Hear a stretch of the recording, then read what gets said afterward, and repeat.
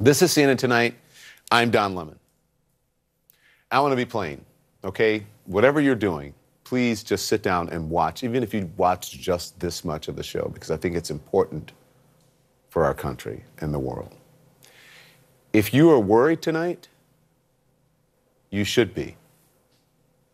Because honestly, who knows what is going to happen next? I'm not being hyperbolic. I'm not being an alarmist. And here's why. However you felt or feel about James Mattis, Secretary Mattis, General James Mattis, he was the bulwark between impulse and stability in this administration. He was the last person left who could tell an impetuous president, slow your roll, hold your horses, cool your jets. You don't want to do that. So tonight, a political earthquake is rolling through Washington as the Trump administration sinks further into chaos. Defense Secretary James Mattis, hailed as a great military leader, is resigning after the president falsely claimed ISIS is defeated and announced he is withdrawing troops from Syria. Mattis also knows that that is a false and dangerous position for the United States military to take. He is also said to be against the president's expected order to withdraw about half of U.S. forces from Afghanistan as well. Now, in this country, the President of the United States is the Commander-in-Chief of the U.S. Armed Forces. That is the way it works. It's momentous. It requires a steady hand, a sense of responsibility for the lives of our young men and women in uniform, and adherence to the values that they fight for, that they put their lives on the line for every single day. You can decide for yourself if the current holder of the office possesses those qualities. Pretty much everyone believes that Secretary Mattis does. He has all of those qualities. And what Secretary Mattis did tonight proves that he does. And we will have plenty of time to talk about that during this show. A must watch, because we're going to talk about all of it and we're going to be open and honest about it. What happened today has made it crystal clear that President Trump is acting against the advice of top Pentagon and national security officials because he thinks he knows better. I know more about ISIS than the generals do, believe me. Is the president smarter than his generals? Think about it. Is he smarter than his generals? Does he know more than his generals? A man with no military experience got 5 deferments during the Vietnam War. Remember bone spurs? A man who once said that avoiding STDs, sexually transmitted diseases, when he was single, was his own personal Vietnam. A man who has disparaged Gold Star families.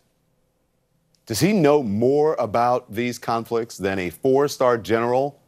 A 4-star general with a 40-year military career. Well, we're all about to find out. The world is about to find out. General Mattis has had it. He's had enough. General Kelly is leaving as Chief of Staff. General McMaster, long gone as National Security Advisor. So here's what I want to do for you, because you need to hear it, okay? I want to read the full text of Mattis's resignation letter. We can see where he spells out his differences with President Trump. He calls out the president's dismissal of America's long-standing military alliances such as NATO, and hints at Trump's coziness with Russia and China, saying those countries are trying to shape the world in their authoritarian models. Okay? Please give me your attention. Here it is.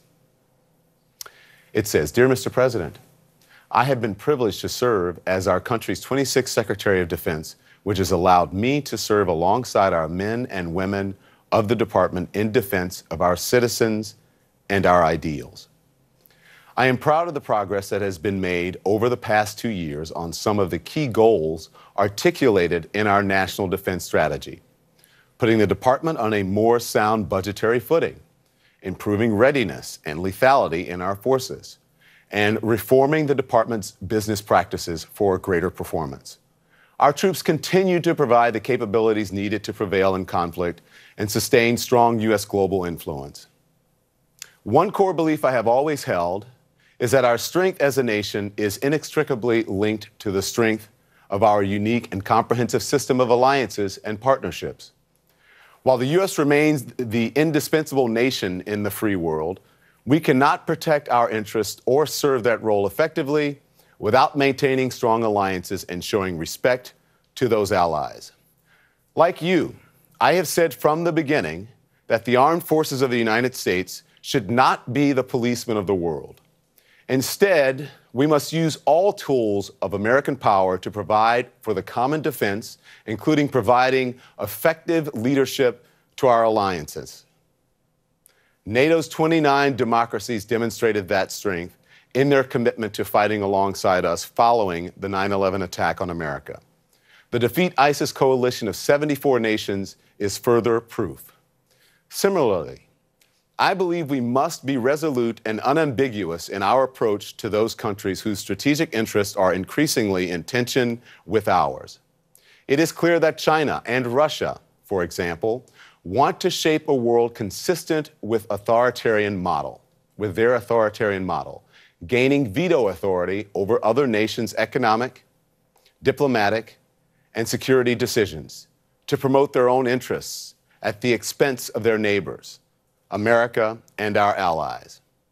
That is why we must use all the tools of American power to provide for the common defense.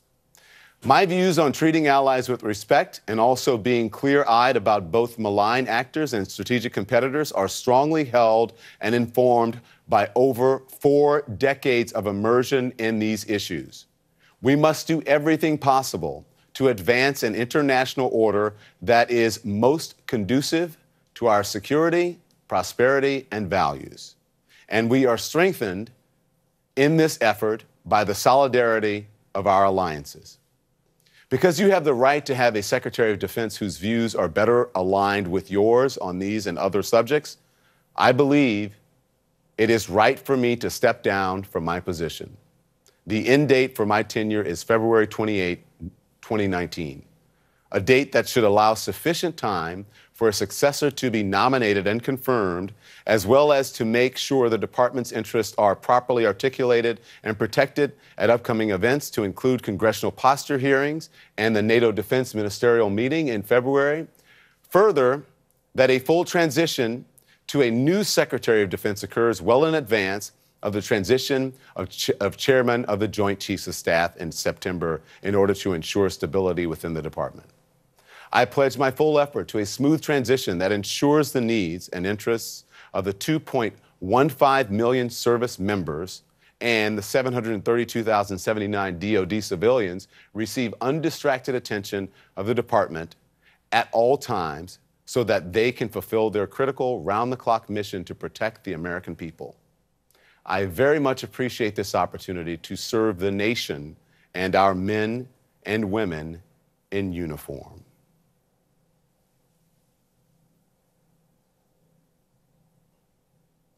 No mention of the president.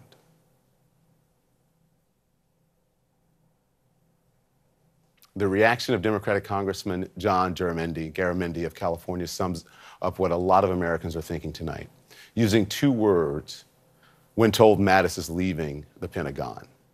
Those 2 words, and I quote, "Oh shit."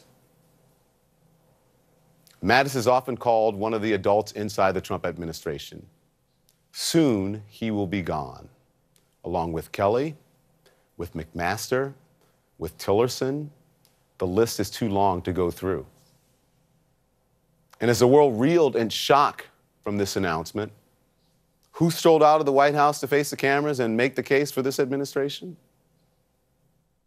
There is a lot to be happy about right now. Stephen Miller, sounding a bit unhinged. Let's talk about Syria. Let's talk about the fact ISIS is the enemy of Russia. ISIS is the enemy of Assad. ISIS is the enemy of Turkey. Are we supposed to stay in Syria for generation after generation, spilling American blood to fight the enemies of all those countries? The president says on one day that ISIS is defeated. The next day he says ISIS is there and let Russia take care of it. ISIS has been defeated, but if ISIS wants to retrench and regrow and reorganize, it's going to be up to those countries to defeat their enemy. Why is he screaming? He's wearing a microphone. Are there any adults left inside the Trump White House? Besides the president's adult daughter and son-in-law, maybe? And the Mattis resignation comes as the federal government is on the verge of shutting down tomorrow night, days before the Christmas and New Year's holidays. President Trump telling Congress that he won't sign a temporary spending bill to keep the government open if he doesn't get his funding for his border wall. After unfollowing Ann Coulter because she tweeted his presidency is a joke if he doesn't build a wall. Yes, really, that happened. He doesn't have Republican votes, and he knows it. But when the White House hinted Trump would accept the temporary bill, his conservative base and right-wing media went crazy. So now the clock is ticking on a government shutdown tomorrow. It's ticking on the opening of a stock market that has already been teetering amid the uncertainty of the president's policies. Like I said, if you're worried tonight, you should be.